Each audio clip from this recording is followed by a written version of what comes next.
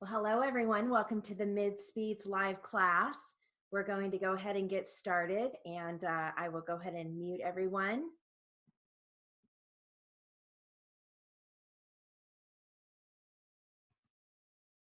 All right. And then I'll unmute when we're done.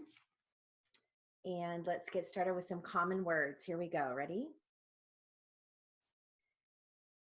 Held, total, difference, forget, road, agent, character, third, county, standard, recall, result, miles, mailed, equipment, manager, tired, spent, various, advising, examination, leaving, turned, follow, ladder, paper, article, obliged, plant, lady, otherwise, particularly, sometime, envelope, property, door, using, handling, national, kept, covered, absolutely, front, ourselves, feet, common, bought, everybody, required, nature, required, places, sleep, minutes, surprised. All right, let's do some common phrases that we often hear. You're going to phrase as much as possible. Here we go. When you were, when were, where you were, whether or not you were, whether you were, which you were, who were, you were, what about, what are, what happened, what happens, what have, what he believed, what he believes, what he can, what he cannot, what he could, what he feels, what he felt, what he had, what he is, what he knows, what he recalled, what he recalls, what he recollected, what he recollects, what he remembered, what he remembers, what he shall, what he should, what he thinks, what he understands, what he wanted, what he wants, what he was, what he will, what he would, what I am, what I believe, what I believed, what I can, what I cannot, what I could, what I feel, what I felt, what I have been. All right. Now I have a one paragraph phrase review drill. This covers the following phrases. Do you have, are the, of the, that you, be able, to be, too much, could you have, with us, if you would be. Let me just date this so I know we covered it. All right, and I'm going to read this. I'll read this at 140. Here we go. Do you have any idea of the date of the spring concert? Does it fall on a Saturday or on a Sunday? Where are the performances to be held? You had mentioned to me that you would be able to get us some first row seats.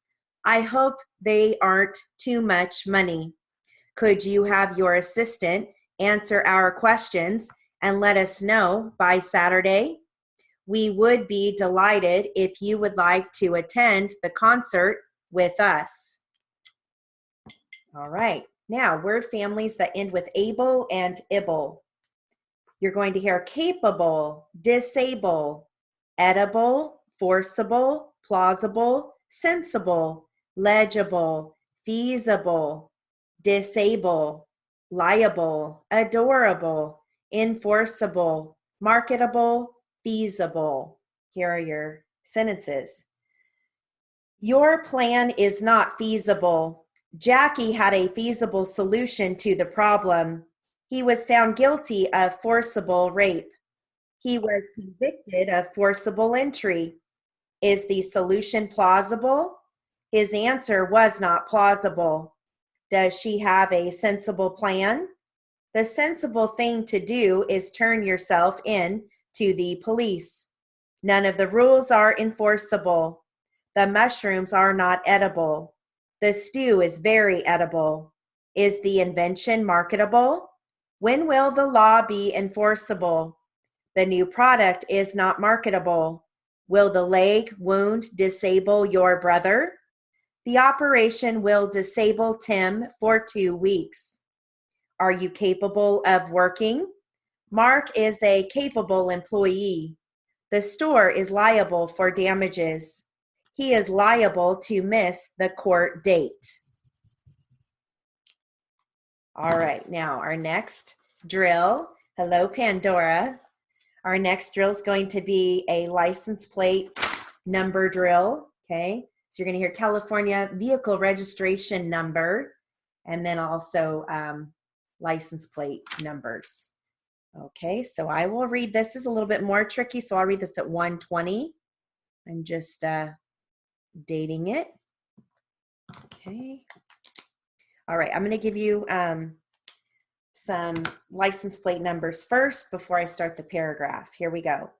1LRM579, XAR243, CCB908, 2BRQ448, LRM04, 8PRM970, 20PT450, 934ST. All right, and here's your paragraph.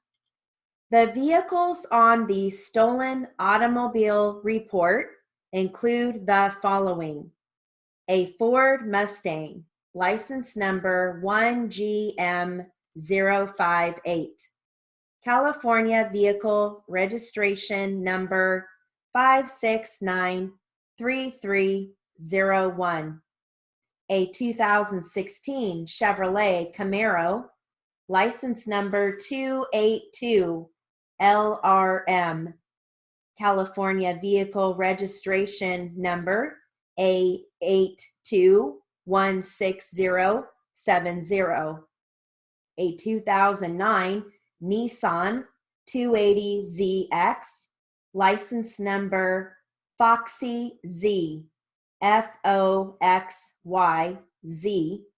California vehicle registration number 7252687, and a 2017 Cadillac Eldorado, license number 2RAH329, vehicle registration number A904802.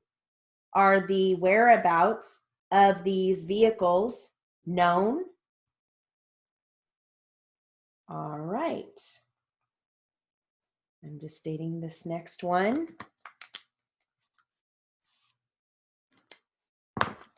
I've got some medical words for you. Here we go. Standardized, hemophilia, prednisone, mastoid, aspirin, alcoholism, laboratory, experiment, disease, infarction, nourishment, abdomen, ABD, memory, vomiting, pericardium, adduction, eruption, cataract, anemia, histology, neurologist, articulate, venosclerosis, cerebrum, genetics, cervical.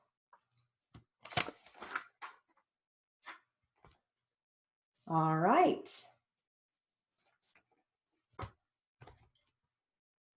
Now, moving on to our literary. This paragraph is on legal terms. So you're going to hear opening, direct examination, cross-examination, expunged, irrelevant, overrule, sustain, colloquy, evidence, immaterial, redirect, recross, witness, objections, perjury. And here I will read this at I'll read this at 140. Okay, it's not too challenging. All right, here we go. The opening statement to the jury is given by each attorney. Direct examination and cross-examination may be followed by redirect examination and recross-examination. Each witness gives testimony under oath. When a witness knowingly gives false testimony under oath, the witness is guilty of perjury. Objections may be raised by either attorney. The judge will either overrule or sustain these objections. The attorney raising the objection may feel that the evidence presented is irrelevant or immaterial. An exchange between the attorneys and the court is referred to as colloquy. Evidence may be expunged from the court record by the judge. All right. I'm going to do a continuation from Bodie. I am drawing a total blank. Is witness W-N. W-N-S? Yep, that's it. What? Okay. I'm thinking of weather. I'm going, okay. Weather, like W-H-R on the initial side. Yeah. I just, I slept on the way home from Temecula, in the car. So it's like, okay, we pull up. Now you're like, wake up. Man, all of a sudden it's like, witness. What, I do never have problems with that one, but okay. Yeah, no worries. I do the same thing. Sometimes I'll draw a blank and go, wait, what is that? And then it's like, I can't believe that I forgot that, or I mixed it up with something else. So, all right. So here's the continuation of Bodie. Okay, here we go. Oh, Nora's here. Hi, Nora. Hi. Jeez. Where are you? Still the green monster here. I don't even see. Oh, there you are. Okay. Oh, that's because okay. Yeah, it was funny the other day. Adam asked me after class when he was in the live class, he goes, is it just my screen or is that girl green? I said, no, she's green. Yeah, her screen is green. I still don't know why it does that. It's so weird. Isn't that crazy? Yeah. It's crazy. It's like a weird movie. I know. The green monster. Oh, all right, we'll get started. Here we go. All right. So I'll start this at 120 and then I'll work my way to 160. Okay. All right. Bonanza Street site, conveniently located behind Main Street saloons, Bodie's red light district, was also known as Maiden Lane and Virgin Alley.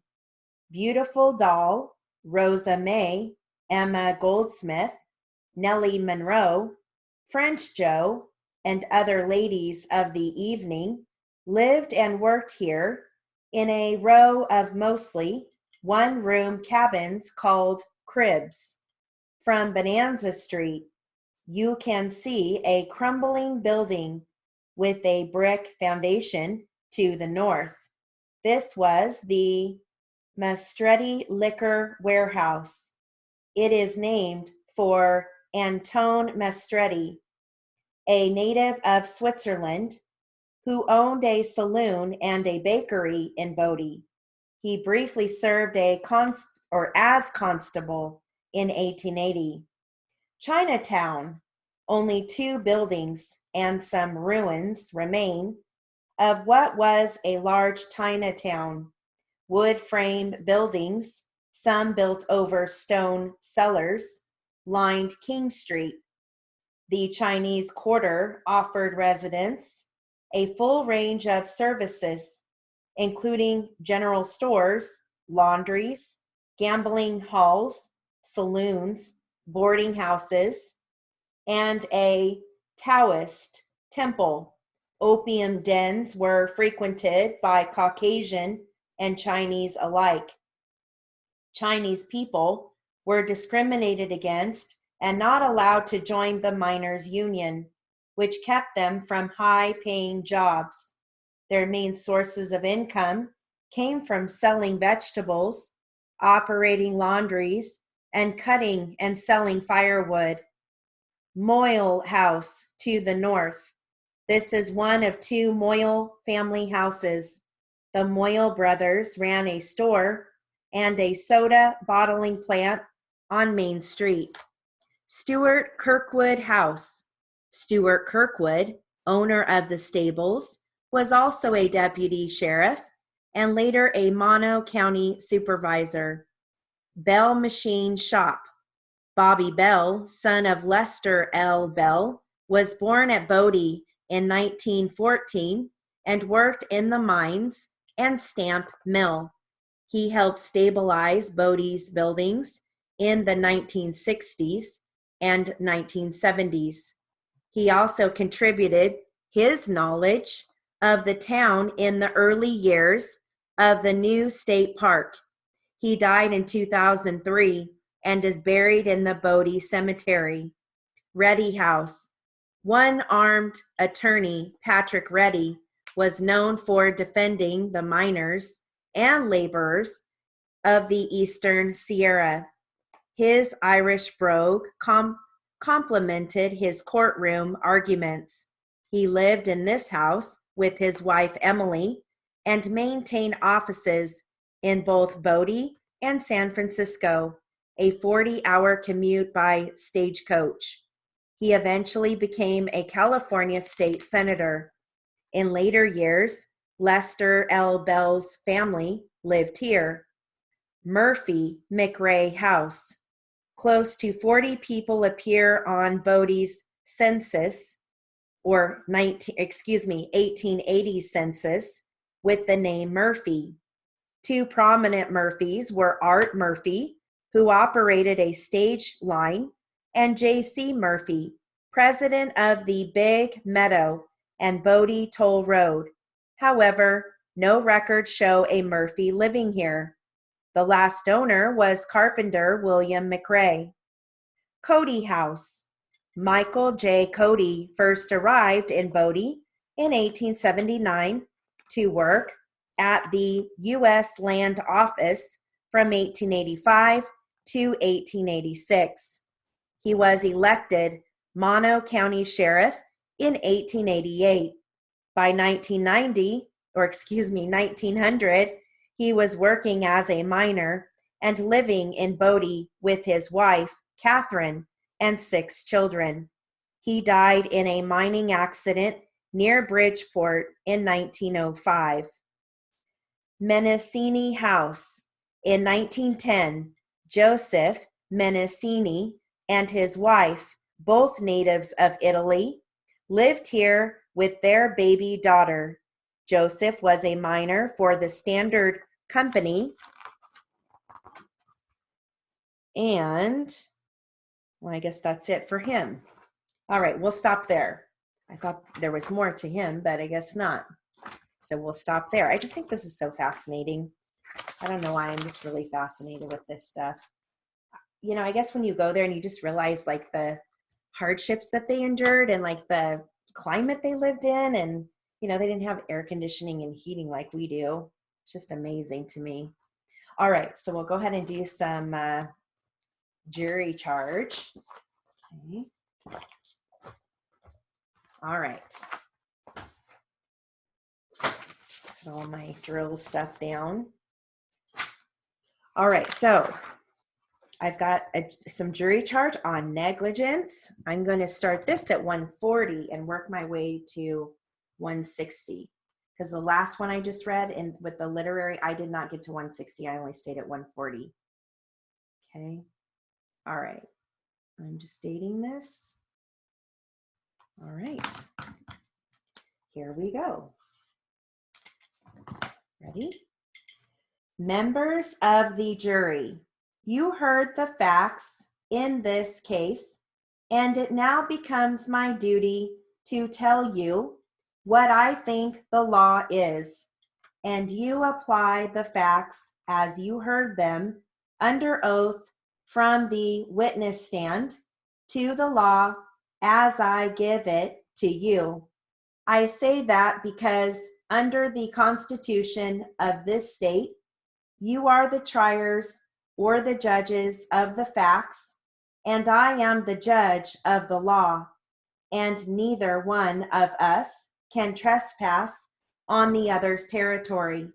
You take the law as I give it to you, not as you would like to have it, but as I give it to you. And I take the facts, and the parties take the facts as you heard them and as you interpret them. Your responsibility is to decide who is telling the truth. And it is my responsibility to tell you what I think the law is. Now you have had this complaint read to you. There is no use in my reading it, but it is short, and I will read substantially what it says. Mr. Socks is the plaintiff, and Mr. Barker is the defendant. And the plaintiff, Mr. Socks, says that Mr. Barker, upon his request, installed a trailer hitch to his Ford Explorer, and that shortly after the installation on November the 27th, 2008, that he, Mr. Socks, was towing his trailer, his camper trailer, when suddenly the trailer began to dip up and down, and the trailer hitch broke at a point where the defendant had negligently welded and spliced parts, and that the breakage caused the trailer to drive the plaintiff's automobile into a nearby ditch, completely destroying the truck and the trailer. He says that the above described negligence of the defendant is the sole proximate cause of his loss, and that he was damaged in the amount of $155,414.93. That is the complaint. That is what Mr. Socks says, and the defendant, Mr. Barker, comes in by way of answer. He answers and he denies generally everything, and when he does that, it puts the burden of proof on Mr. Socks to prove his case by the greater weight or the preponderance of the evidence. When the case was started yesterday afternoon, the testimony and the evidence was on an even keel. In order for Mr. Socks to win a verdict at your hands, the evidence must tip in his behalf ever so slightly, but it must tip. If it remains constant or it goes the other way, then, of course, you would write a verdict for the defendant. Mr. Foreman and ladies and gentlemen of the jury, while the defendant put in the general denial, qualified general denial, in this case, he has in substance said, 1, that he did not work on this trailer. He had done it personally. If you find that Mr. Socks did not go down, did not take his trailer down and have it worked on in that shop, then you would write a verdict for the defendant. But if you found that Mr. Socks did go down and have the trailer worked on in the Barker garage by Mr. Barker or by one of his employees, then I charge you that Mr. Barker owed a duty to perform that work in a workmanlike manner. Workmanlike manner is, in legal effect, a contract, and that is what this case is all about, a contract. A contract is a meeting of the minds, an agreement, and workmanlike manner is, in legal effect, a contract that the work shall be done with sufficient skill to conform to the perceived rules of the art. Workmanlike manner, in this case, means the customary way in which the work performed in welding the trailer hook in this community is done. If you find that the work was not done in the customary way done in this area, and that it did not hold, and there was a collision, and that the failure to properly perform the work was the proximate cause of the accident, then you should find for the plaintiff, Mr. Socks. The plaintiff alleges that the failure to perform this work in a satisfactory manner was the proximate cause of the accident, the cause which brought about the accident. Proximate cause means efficient cause, the cause which brought about the accident. Now I charge you that if the trailer was defective when it was delivered to the plaintiff, Mr. Socks, then the defendant, Mr. Barker, would be responsible for any damages that naturally flowed from such defect, because when the plaintiff, Mr. Socks, took the trailer to the defendant's garage, if he did, and that is a matter for you to find out, and the garage agreed to work on it, there was an implied warranty that the work would be done in a satisfactory manner.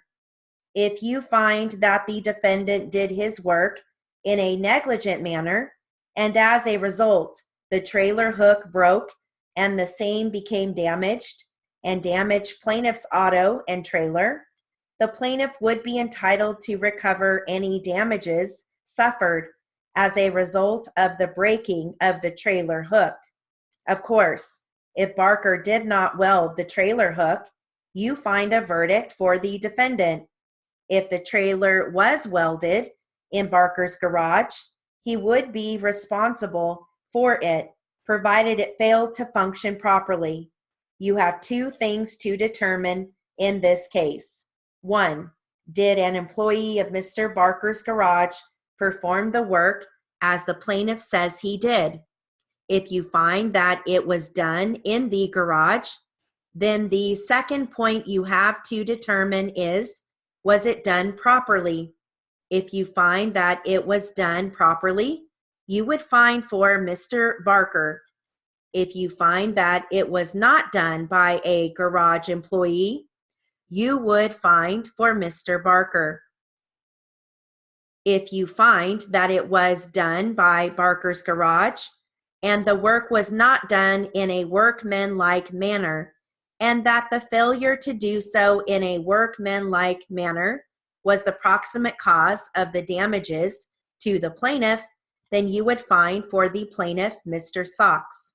When you get to the question of damages, the damage to an automobile or to a trailer, the measure of damages to a wrecked automobile or a wrecked trailer is the difference between the reasonable market value just prior to the alleged collision and the reasonable market value just after the collision. Or if it was a total loss, what would it cost to replace it? All right. Let's do some Q&A.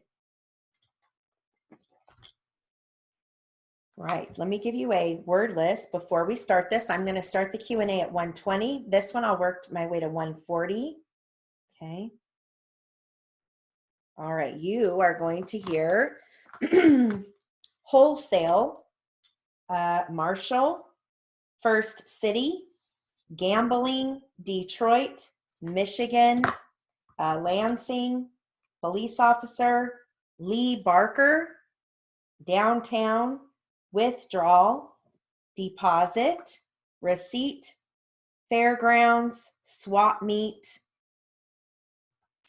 stereo, evidence, on or about, which is OERB, casino, checking account. Then you're going to hear I don't think, YONK. I don't know. I don't remember. Did you ever? How much? Period of time. I don't have. I didn't. I don't think so. Do you have? I don't. That's about it for as far as phrases go.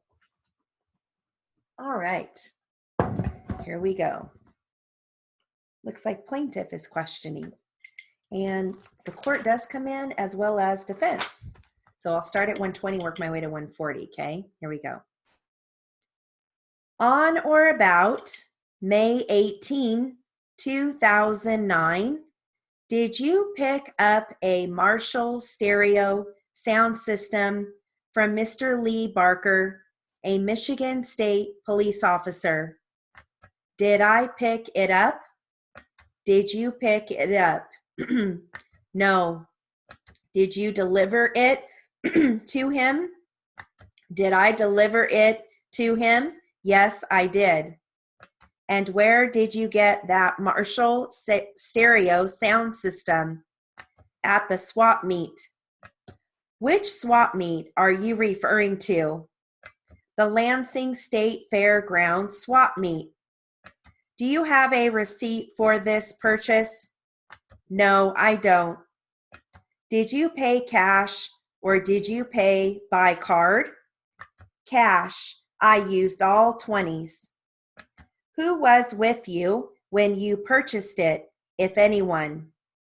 No one was with me. Do you have any evidence that you purchased the stereo at the Lansing State Fairgrounds swap meet? I don't think so, no. The guy was just there, you know.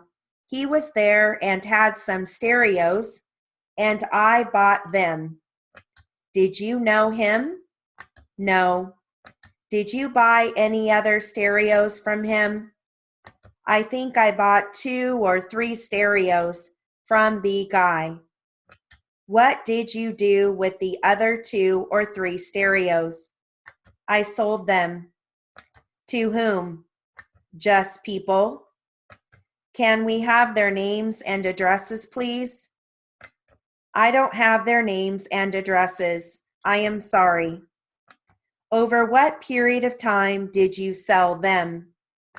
I don't know. It took me 2 months, maybe, to sell them. How much did you pay for the stereos at the swap meet? Around $100 for each of them. So you paid $300 or $400 in cash for them? That's right. Where did you get the $300 or $400 cash you used? I made it gambling at the casino. I was in the business, the game of chance.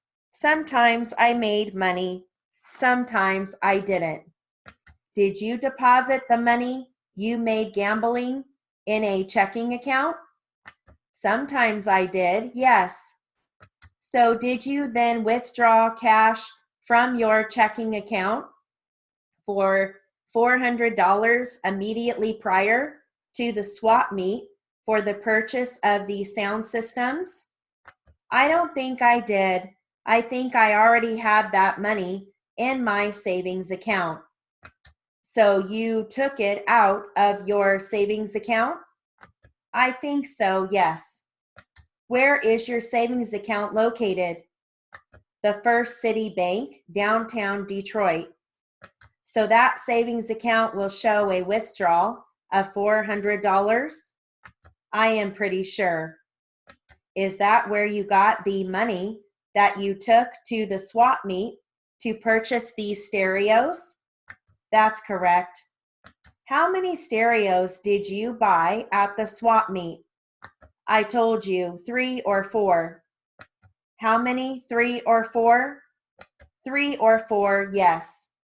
Did you withdraw $300 or $400? It could have been $300 or $400. Either 3 or 4. I am not exactly sure. So it would be either 3 or 4. How much money did you withdraw out of your savings account before you went to that swap meet? I don't know. I really don't know. Did you do it for the purpose of buying stereos at the swap meet? I think I took some out for spending because I needed some money and some for the stereos. Did you frequently visit swap meets held throughout the state of Michigan? Yes, I did. How often had you visited the Lansing State Fairgrounds swap meet? I don't remember. Several times. How often had you purchased stereos from this particular individual, Eddie Trent? I don't remember. 2 or 3 times. When you purchased these stereos, didn't you wonder how he could afford to sell these items at below wholesale prices? No, I just knew it was a good deal. I knew I could make some money. Did you ever think that this merchandise that you were purchasing might be stolen property? No, I just thought it was a good deal. You said you visited the swap meet several times. How many times? Oh, about 3 or 4 times. In all the time you visited the Lansing State Fairgrounds swap meet, how many stereos did you purchase from Mr. Trent? Oh, between 8 and 10, not more than a dozen. Can you give me an exact number? About 10. All right, so let's switch transcripts. Okay, this one, I'm going to start at 140 and I'll work my way to 160, okay? All right, here we go. I'm going to put this one on the ground, kind of bulky. All right, this is going to be defense. Here we go. Now, she's currently in kindergarten. Is that correct? Yes, she is. And she goes to the kindergarten half day? Yes. And before she entered kindergarten, was she cared for by private families, if you know?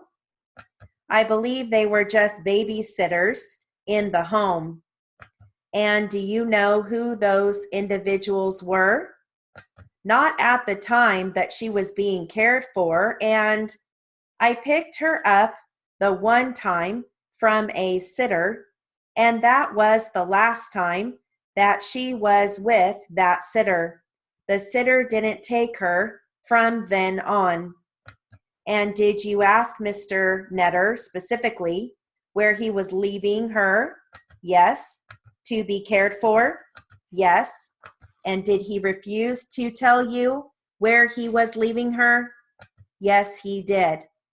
And what period of time? Over what period of time did that occur?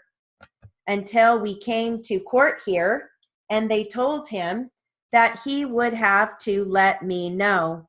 And so it had been since I had moved out in October until when we came in here, whenever that was, July or August or whatever. And have you had a chance to talk with the preschools regarding your daughter's attendance at those preschools? No. Have you had any conversations with Mr. Netter regarding your ability to pick up the child from preschool? I've been told by him that I'm only allowed to get her at 6 o'clock on that Friday evening, that he so designates to them and lets them know that I'm coming and I have to show my ID. Has he told you, in fact, that if you get off work early, that you cannot pick her up early? Yes, I cannot pick her up early, and if I were to have to work late, I couldn't get her either. And have you made requests to Mr. Netter when you've missed a weekend to try to make it up the following weekend? Yes, I have. And has he allowed you to do that? He normally has plans already scheduled and he doesn't want to interrupt them. So in fact, he's denied you some kind of flexibility to the schedule. Yes, if it's not to the T, to the schedule, it's nothing at all. Your Honor, I'd like to go into a line of questioning, if I might, that's related to child support, but it has to do with the earning capacity of Mr. Netter. May I go ahead and proceed with this witness? Go ahead. Now, during the time that you were married, I understand that you were not employed. Is that correct? Correct. And Mr. Netter was employed? Yes, he was. And was he employed as a law clerk throughout the term of your marriage? Law clerk and paralegal, yes. And do you know if he has his doctorate degree? Yes, he does. I think we can stipulate to all of this. He's got his doctorate degree. How many times has he sat for the bar? How many times? Approximately 5. Sat for the bar 5 times? Last time was when? The last time was 2004. So stipulated. You sat for the bar in 04? That's right. And did Mr. Netter tell you why he wasn't sitting for the bar during our marriage? Yes. It was a matter of economics and timing. We had the wedding. Our wedding was in March, and the bar was in July. And the following year, I had gotten pregnant with Catherine, and she was due in July. So that kind of messed that up too. And he just never, ever got back to the studying to take it. I have no further questions of this witness, Your Honor. Mr. Anderson, was last weekend a scheduled visitation for you? Last weekend? Uh-huh. No, this weekend is. Did you have her last weekend? Last weekend? No. The weekend before? Yeah. No further questions, Your Honor. Thank you, ma'am. You may step down. Is it my turn to call somebody? I'll call Mr. Netter. Mr. Netter, please come forward. Please raise your right hand, sir. Do you solemnly state the testimony you shall now give in the matter before this court will be the truth, the whole truth, and nothing but the truth? So help you God. I do. Your Honor, if I might take a side track and do jurisdictional facts so we don't forget. Fine. Okay. Thank you. Mr. Netter, you're the petitioner in this matter. Is that correct? That is true. Prior to filing the petition, had you been a resident of the County of Riverside for at least 6 months prior to the filing? Yes, I have. During the course of your marriage to Mrs. Netter, have certain differences arisen that have led to the breakdown of your marriage? Yes, they have. Can your marriage be saved? I don't think so. Now you are asking the court to enter a judgment dissolving your marriage? Yes, I am. I believe in the petition, you said that the date of separation was June of 2010. Is that correct? That is true. But for purposes of today, we've agreed for a separation date of October 5th, 2010. That's when the respondent had actually moved out of the residence that you two had been residing in together. Is that correct? That's correct. So that would explain the discrepancy between that. Yes. And where are you employed, Mr. Netter? Currently? Yes. Millbank, Tweed, Hadley, and McCloy. And are you paid hourly or salary? Salaried employee. And you're a law clerk? Yes, paralegal. What is your monthly gross? I get paid on a bi-weekly basis. And the way we had calculated was approximately $5,500 a month, but my actual take home on a 4-week basis is approximately $5,200 a month, or the gross is $5,200 a month. Now I have run some calculations and advise you, and we'll put in the income and expense declaration a year total that indicates a higher per month averaged out over the year. Is that correct? It comes out to about $5,200 as I recall. That's correct. How do you explain that? Our law firm was going through massive layoffs at the end of last year, and they had laid off well over 10% nationwide. And the bonuses, the Christmas bonuses that we normally get at the end of the year, part of that, I had a $3,800 bonus that I received in January. That accounts for some of the items. Also, on a special project basis starting in June, I was allowed some overtime. And are you still receiving overtime? It's only on a project by project basis with the approval of partners and clients and the like. Mr. Netter, I'll show you Exhibit 12. Would you identify that, please? Those are my pay stubs. Your Honor, I've marked this as number 12. If we could admit into evidence when the time comes. Sure. I'll show you Exhibit 13, and can you tell me what that is? Describe that. This is a contract that I have with one of the child care providers that I have, Hope Van Daltron. She is the lady that actually watches my daughter from 6 o'clock until 8 o'clock in the evenings. And that amount is for $100 a week. I'm going to show you Exhibit 22. Can you describe that?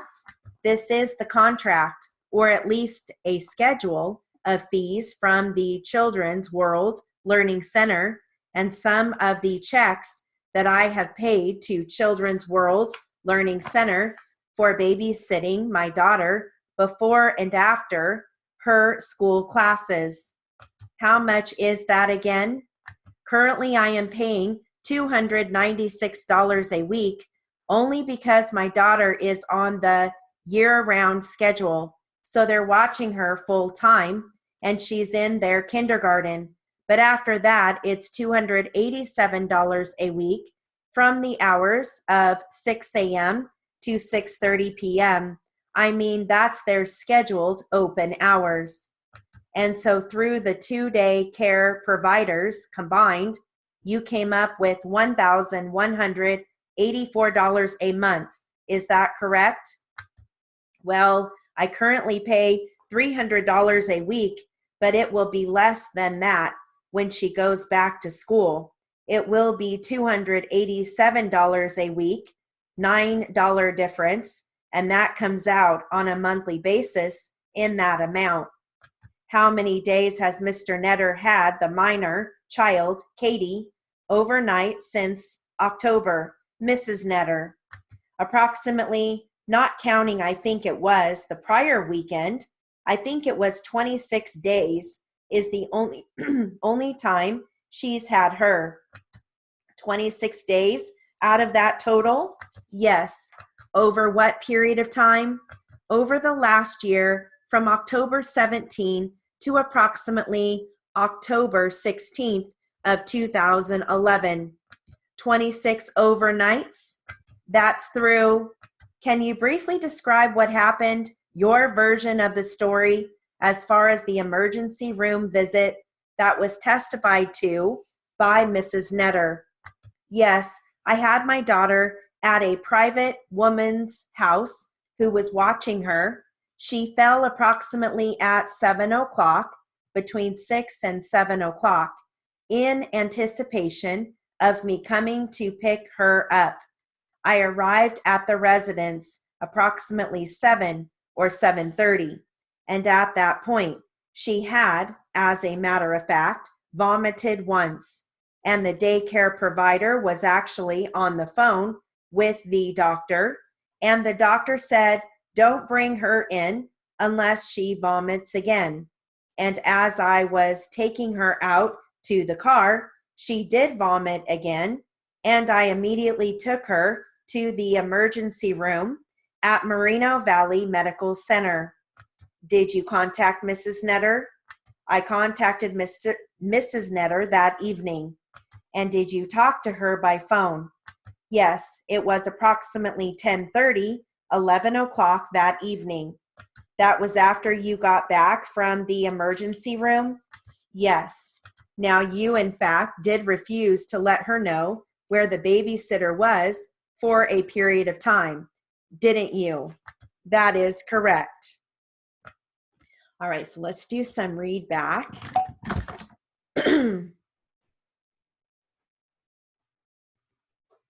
All right.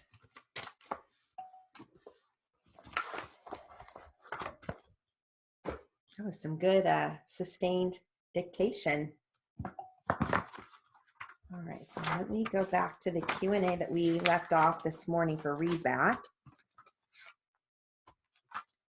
Let me see here. All right. Read back. All righty, so this is going to, it looks like defense is questioning on this one. This is from a continuation from this morning. So I'm going to start at 160 and I'll read again at 140, then at 120, okay? All right, here we go. Well, they come over to the house very frequently. They play in the house more than they do outside, but they do play outside some. Occasionally, yes. When you cut your hand and you went into the kitchen bleeding to wash it off, is that what you did first? See, I had my arms full of clothes and a few hangers hanging on my finger, and I was fumbling with this hand on the wall for the light, but my feet tripped, and then I caught it with my hand. So you went first to the kitchen to wash off the blood? Well, Mrs. Tinklenberg has beautiful carpet, and my first thought was, oh my God, I messed up her carpet.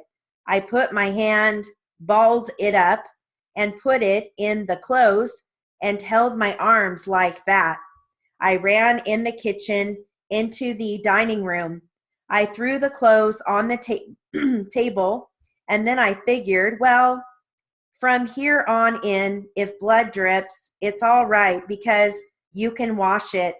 I went towards the sink, and in going to the sink, Mrs. Tinklenberg came in the door, and she said, what happened? I said, I cut my hand on the mirror. She said, oh, and then she said, let me see. So then Mrs. Tinklenberg came and looked while I was running the water over it, and she says, no, doesn't the bedroom open off of the bathroom?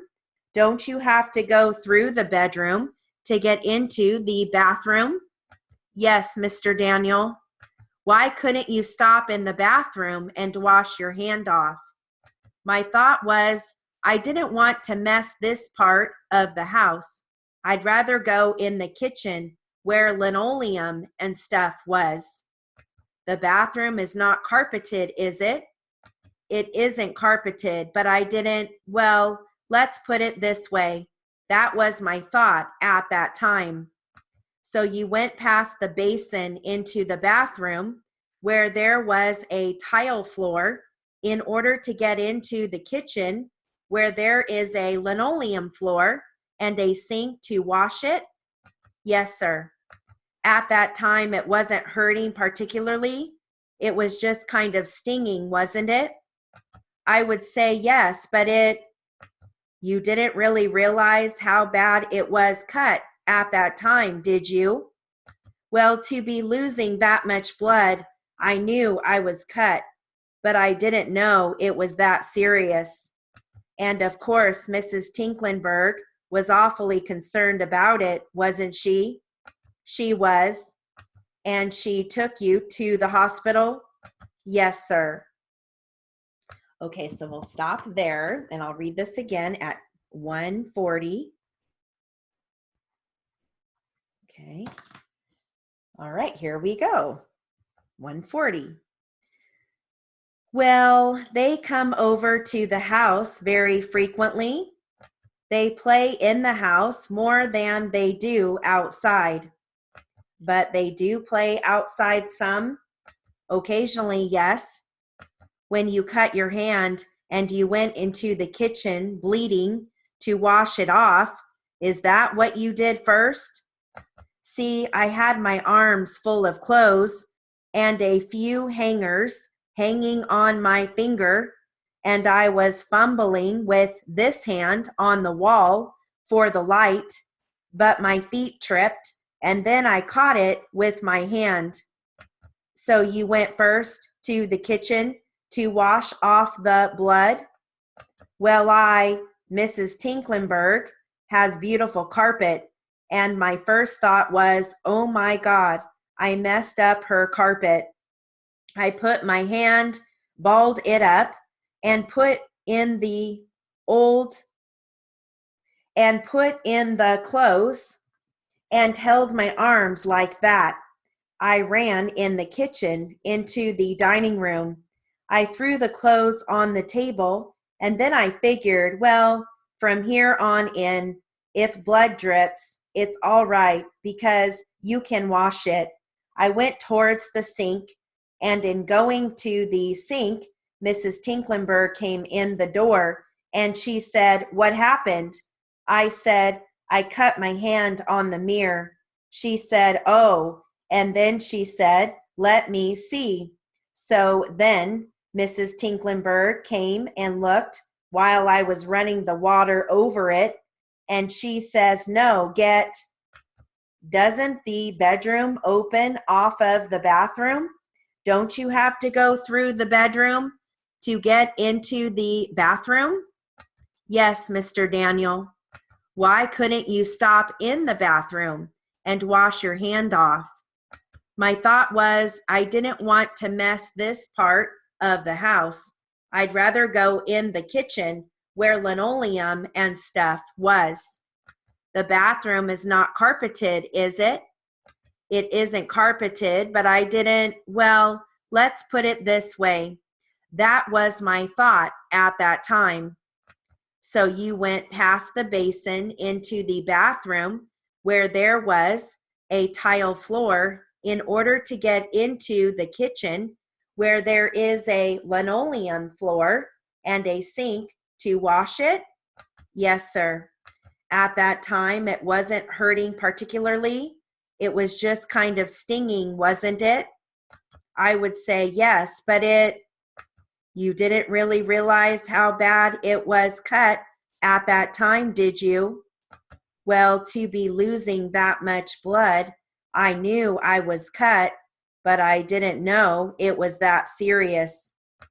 And of course, Mrs. Tinklenberg was awfully concerned about it, wasn't she? She was. And she took you to the hospital? Yes, sir. All right, last time at 120. Okay, here we go. Well, they come over to the house very frequently. They play in the house more than they do outside. But they do play outside some. Occasionally, yes. When you cut your hand and you went into the kitchen bleeding to wash it off, is that what you did first? See, I had my arms full of clothes and a few hangers hanging on my finger, and I was fumbling with this hand on the wall for the light, but my feet tripped, and then I caught it with my hand. So you went first to the kitchen to wash off the blood? Well, Mrs. Tinklenberg has beautiful carpet, and my first thought was, oh my God, I messed up her carpet. I put my hand, balled it up, and put in the clothes and held my arms like that. I ran in the kitchen into the dining room. I threw the clothes on the table, and then I figured, well, from here on in, if blood drips, it's all right because you can wash it. I went towards the sink, and in going to the sink, Mrs. Tinklenberg came in the door, and she said, what happened? I said, I cut my hand on the mirror. She said, oh, and then she said, let me see. So then Mrs. Tinklenberg came and looked while I was running the water over it, and she says, no, doesn't the bedroom open off of the bathroom? Don't you have to go through the bedroom to get into the bathroom? Yes, Mr. Daniel. Why couldn't you stop in the bathroom and wash your hand off? My thought was, I didn't want to mess this part of the house. I'd rather go in the kitchen where linoleum and stuff was. The bathroom is not carpeted, is it? It isn't carpeted, but I didn't, well, let's put it this way. That was my thought at that time. So you went past the basin into the bathroom where there was a tile floor in order to get into the kitchen where there is a linoleum floor and a sink to wash it? Yes, sir. At that time, it wasn't hurting particularly. It was just kind of stinging, wasn't it? I would say yes, but you didn't really realize how bad it was cut at that time, did you? Well, to be losing that much blood, I knew I was cut, but I didn't know it was that serious. And of course, Mrs. Tinklenberg was awfully concerned about it, wasn't she? She was. And she took you to the hospital? Yes, sir. And as a matter of fact, she paid for your, I went past our little spot of stopping. Sorry. There's a little bit more, and I stopped right before the last question. All right. Let's go ahead and read that back. All right. So, I can help you guys out, or we can each take a Q&A if you want. Okay, sounds good. Okay. I'm gonna listen. Okay, no worries. Just follow along. Do you guys have your spot that you want to start with? Yeah. Okay. I'm getting there. Okay, Hang on one second. Yep. Okay, go ahead. Okay, I'll start with the first Q&A. Question, well, they come over to the house very frequently? Answer, they play in the house more than they do outside. Question, but they do play outside some. Answer, occasionally, yes. Perfect. Question, when you cut your hand and you went into the kitchen bleeding to wash it off, is that what you did first? Answer, C, I had my arms full of clothes and a few hangers hanging on my finger, and I was fumbling with this hand on the wall for the light, but my feet tripped, and then I caught it with my hand. Question, so you went first to the kitchen to wash off the blood? Answer, well, Mrs. Tinklenberg Yes. has beautiful carpet, and my first thought was, oh my God, I messed up her carpet. I put my hand, balled it up, and put it in the clothes, and held my arms like that. I ran in the kitchen into the dining room. I threw the clothes on the table, and then I figured, well, from here on in, if blood drips, it's all right because you can wash it. I went towards the sink, and in going to the sink, Mrs. Tinklenberg came in the door, and she said, what? Hang on. What happened? I said, I cut my hand on the mirror. She said, oh. And then she said, let me see. So then Mrs. Tinklenberg came and looked while I was running the water over it. And she says, no, get. Awesome. Question, doesn't the bedroom open off of the bathroom? Don't you have to go through the bedroom to get into the bathroom? Answer, yes, Mr. Daniel. Question, and why couldn't you stop in the bathroom and wash your hand off? Do you have and or just why? Oh, I do have and. You Yes. do? Well, then I probably said it because I'm sure you wouldn't just write and if I didn't say that. So, okay, no worries. Okay, good job. Answer, my thought was I didn't want to mess this part of the house. I'd rather go in the kitchen where linoleum and stuff was. Awesome. Question, the bathroom is not carpeted, is it? Answer, it isn't carpeted, but I didn't, dashes. Well, let's put it this way. That was my thought at that time. Question. So you went past the basin into the bathroom where there was a tile floor in order to get into the kitchen where there's a linoleum floor and a sink to wash it? Answer, yes, sir. Awesome. Question, at that time, it wasn't hurting particularly. It was just kind of stinging, wasn't it? Answer, I would say yes, but it dashes. Question, you didn't really realize how,